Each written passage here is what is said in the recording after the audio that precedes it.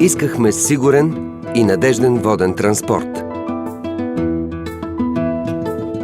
Днес информационни центрове управляват корабите от Северно до Черно море.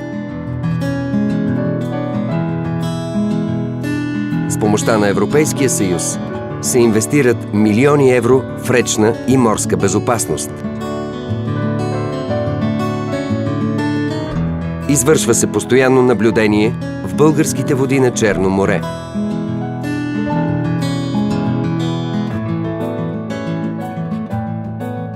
Съхраняват се традициите, за да се запази доверието в българското корабоплаване. Бъдещето идва днес. Оперативна програма «Транспорт».